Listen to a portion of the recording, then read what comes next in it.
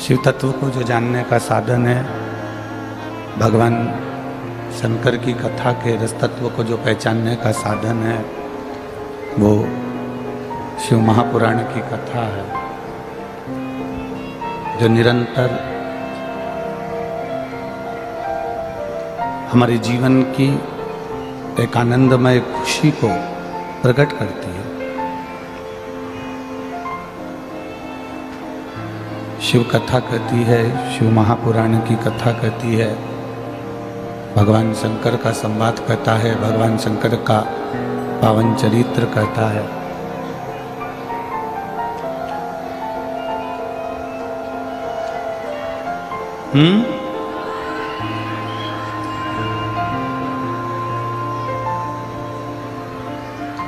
भगवान शिव का पावन चरित्र कहता है कि शिव भक्ति का एक ऐसा स्वरूप, मेरे ओघड़दानी, मेरे त्रिकालदर्शी, मेरे कैलाशी, मेरे अविनाशी, मेरे शिव, जहां निवास करते हैं, भले कैलाश धाम पर रह रहे हो चाहे शमशान में रह रहे हो,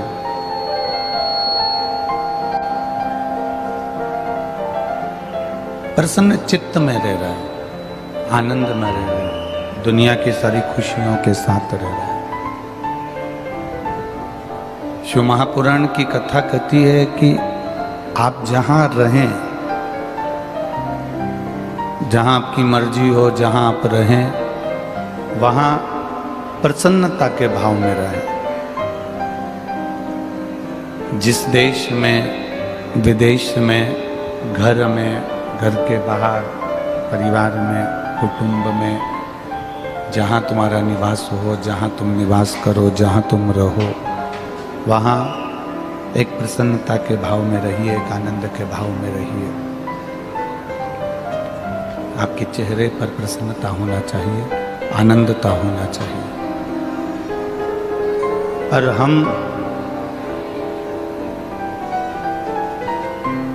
100 वर्ष की अगर जिंदगी है, मान लो 100 में से आधा समय तो हमारा जीवन में सोने में निकल जाता है। 100 वर्ष की जिंदगी में से आधा समय हमारा सोने में चला गया। जब आधा समय हमारा सोने में निकल गया, बचा 50 वर्ष की जिंदगी का खेल। और उस 50 वर्ष की जिंदगी में से भी कुछ वर्ष हमारे ऐसे ही भ्रमण करते करते निकल जाते हैं।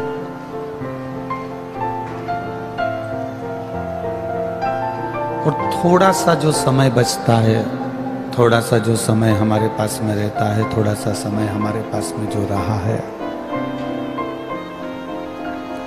उस थोड़े से समय में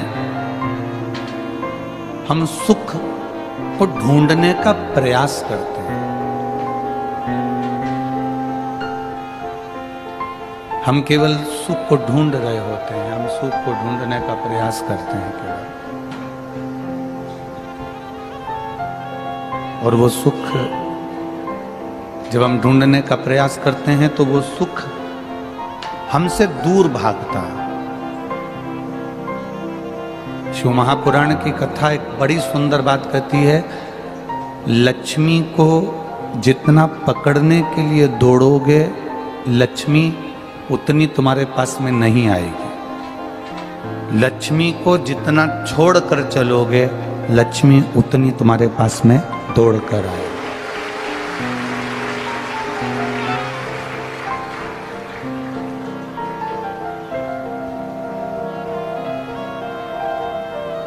आप जितना सुख को चाहने का प्रयास करोगे कि मुझे सुख मिल जाए, मुझे सुख प्राप्त हो जाए, मुझे सुख मिले, सुख प्राप्त हो जाए, उसको ढूंढने का जितना प्रयास करोगे, वो सुख तुमको प्राप्त नहीं होने वाला। हाँ, सुख को छोड़ो और परमात्मा को ढूंढने का प्रयास करो तो सुख अपने आप दौड़कर तुम्हारे पास में आ जाएगा। आप सुख को छोड़कर जितना सुख को पकड़ने का प्रयास करोगे, जितना सुख ढूंढने का प्रयास करोगे, उतना सुख तुम्हारे पास में नहीं आए। आप सुख को ढूंढना बंद कर दो।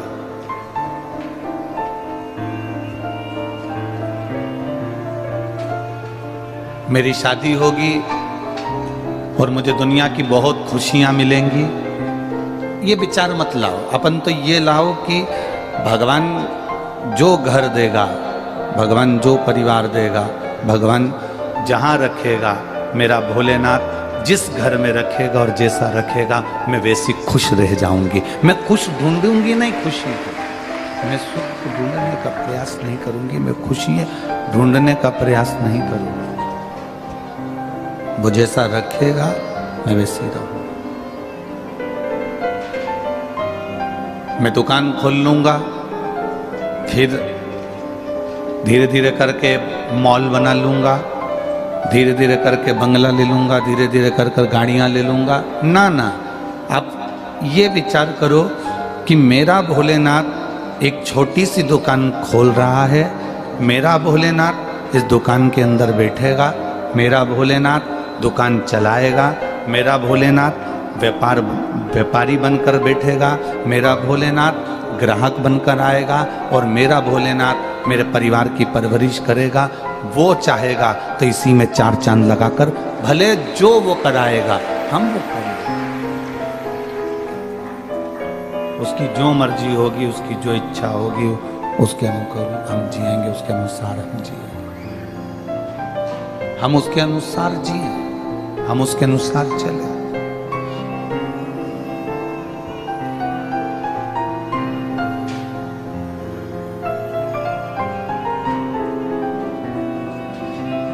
चुप रहने में, मौन रहने में जो सुख है, वो सुख दुनिया का कहीं नहीं है।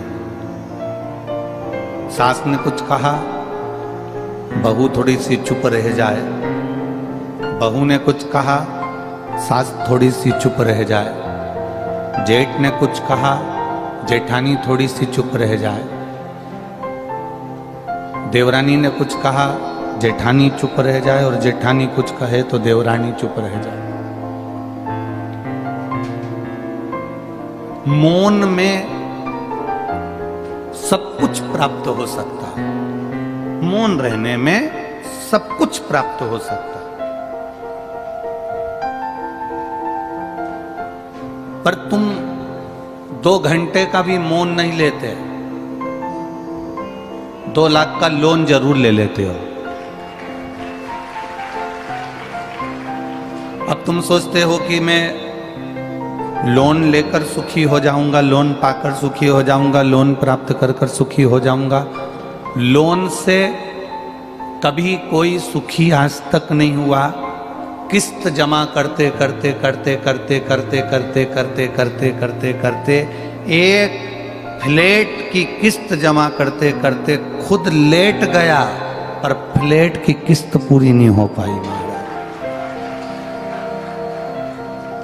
मौन में जो सुख है वो सुख लोन में नहीं है। जो मौन में सुख है वो सुख लोन के अंतर्गत नहीं है।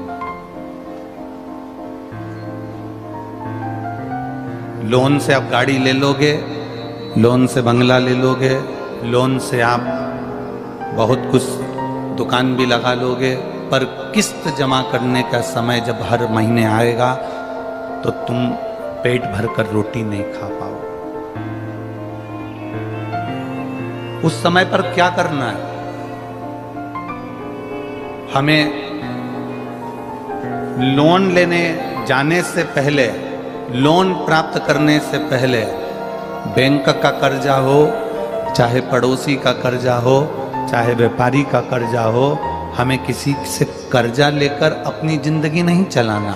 हमें मौन होकर जहां नंदी बैठता है उस नंदी के बिल्कुल पास में 2 मिनट बैठकर, जब सोमवार का दिन हो या कभी आपको ऐसा लगे कि सोमवार को भीड़ ज्यादा रहती है मंदिर में, जब बाबा तुमको एकांत में मिल जाएं, अकेले मिल जाएं, एकांतेश्वर मिल जाए, तुम उसके पास में जहां नंदी बैठता है उसके नजदीक बैठकर नंदी के चरण का स्पर्श अपने हाथों से करते हुए, जैसे नंदी महादेव का दर्शन करता है, वैसा दर्शन जिस दिन आप दिल से मौन रहकर महादेव का करना प्रारंभ कर दोगे, आपको लोन की जरूरत नहीं पड़ेगी, मौन में सब कुछ प्राप्त हो जाएगा।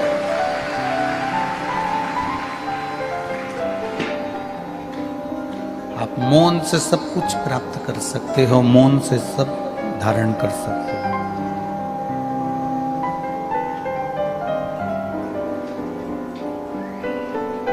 नंदीश्वर के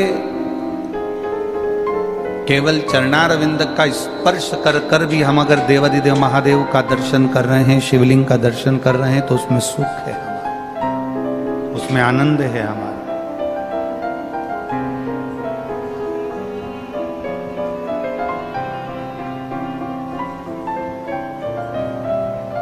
एक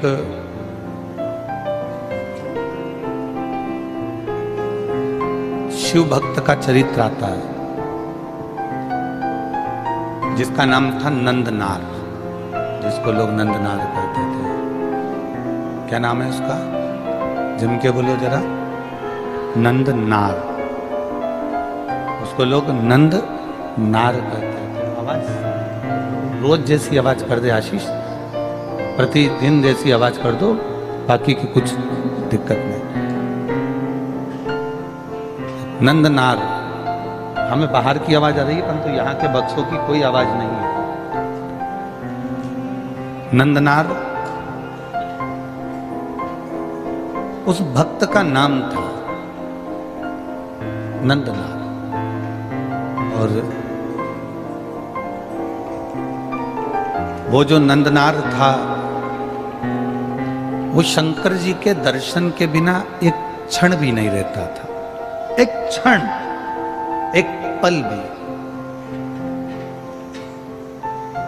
कोई आपसे पूछ ले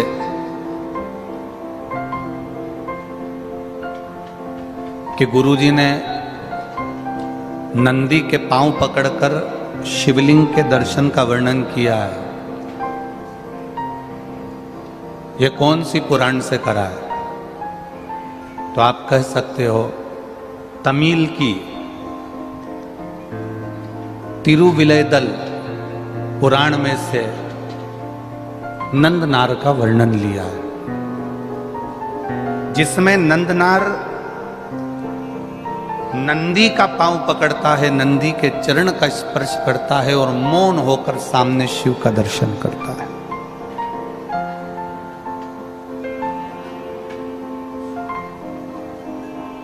इस व्यासपीठ से जब जितनी भी कथाएं आपको कही जाती है वो किसी ना किसी पुराण में से कोई उपाय भी अगर आपको बताया जाता है कि 5 जगह जल चढ़ाना या बेलपत्री में जल चढ़ाना या शिव जी के शिवलिंग पर जल चढ़ाना या दुर्वा चढ़ाना या बेलपत्र चढ़ाना, ये बिना कहीं लिखे हम इस व्यासपीठ से बोलते भी नहीं है। उसको पढ़ा है, देखा है, कौन सी पुराण में से किस जगह से, एक पुराण नहीं कई पुराणों का वर्णन उसमें लेकर शिव पुराण की कथा में चलते हैं, कई पुराण। अगर आपसे कोई पूछे कि सियोर वाला महाराज बोला कि लोन लेने की जगह मौन बैठने में सुख है, कर्जा लेने से अच्छा है कि घर की 2 सूखी रोटी खाओ और भोलेनाथ जी पे 1 लोटा जल चढ़ाओ, तो भोलेनाथ हाथ पकड़कर आगे बढ़ा दो। कर्जा लेने के बाद आप 2 रोटी भी सूखी नहीं खा सकते, कर्जा लेने के बाद आप 2 रोटी भी पेट भर कर नहीं खा सकते, कर्जा लेने के बाद आप 2 रोटी सूखा ग्रहण नहीं कर सकते। तब कर्जा लेने के बाद आप 2 रोटी अगर प्रेम की नहीं खा सकते तो फिर कर्जा लेते क्यों? किस लिए लेना?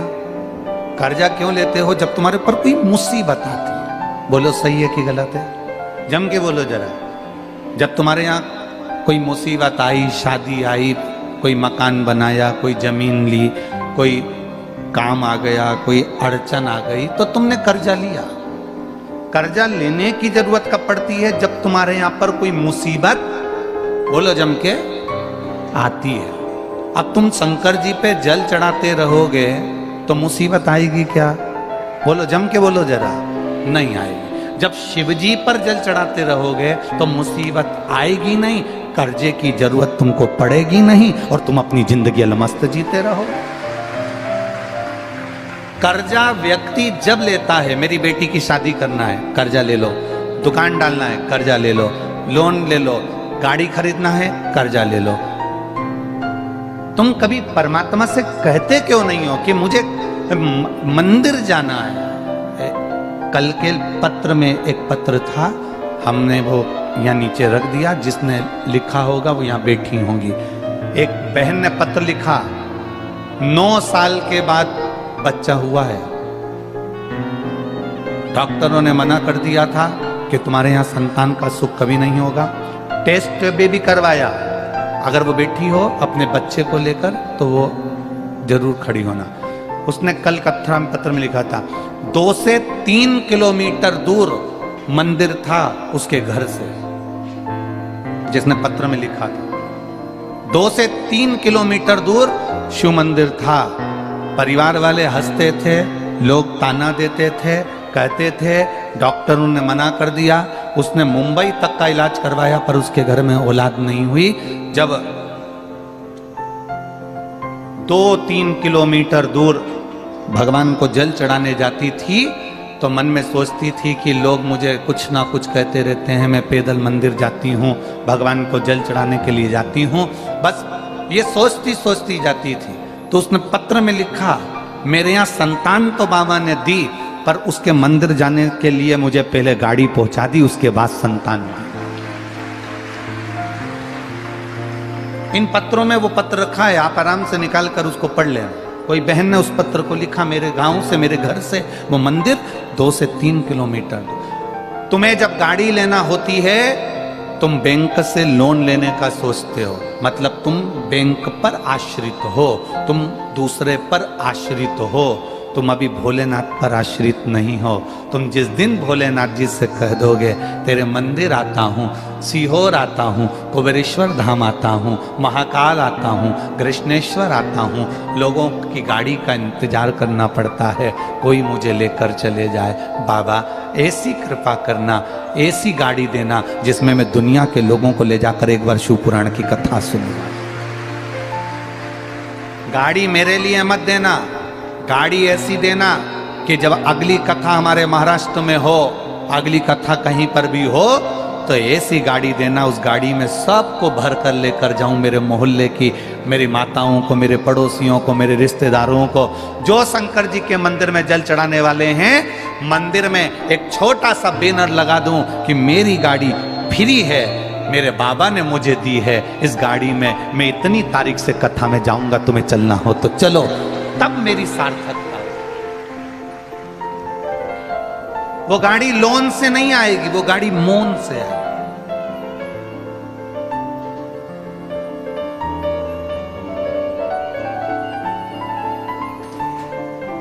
अगर घर भी देना बाबा, बंगला भी देना, तो ऐसा बंगला मत देना कि जिसमें केवल मैं रह सकूं।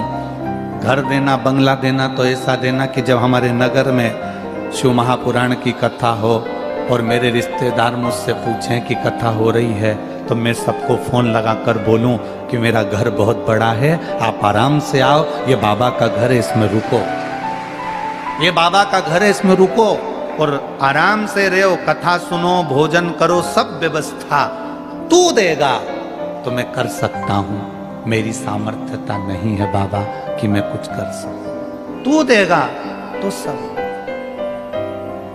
आज जितने लोग टीवी पर कथा सुन रहे हो, जितने मोबाइल पर कथा सुन रहे हो और जितने इस पंडाल में कथा सुन रहे हो, आज से नियम ले लेना कि कर्जा नहीं लूंगी, कर्जा नहीं लूंगा, फसल है कर्जा नहीं लूंगा, शादी है कर्जा नहीं लूंगा, कर्जे में नहीं मरूंगा, मौन रहकर बाबा से दिल की बात कहूंगा कि बेटी की शादी है, तुझे करना है तो वो लेकर आएगा और शादी कर कर जाएगा।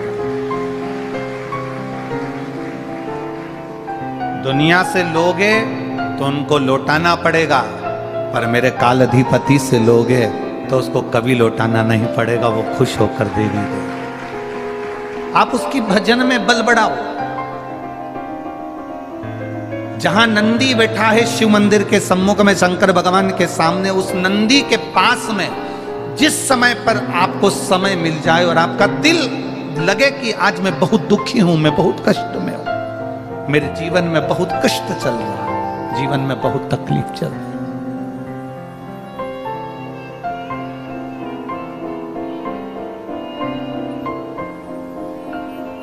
आपको लगे कि मेरे जीवन में बहुत दुख है, बहुत तकलीफ है, बहुत कष्ट चल रहा है और अब इसका कोई निदान नहीं दिख रहा, सबके हाथ जोड़कर देख लिया, अब तेरे दरवाजे पर आई हूं, आपके पास में जल भी नहीं है तो मत चढ़ाना, बेलपत्र भी नहीं है तो मत चढ़ाना, फूल भी नहीं है मत चढ़ाना।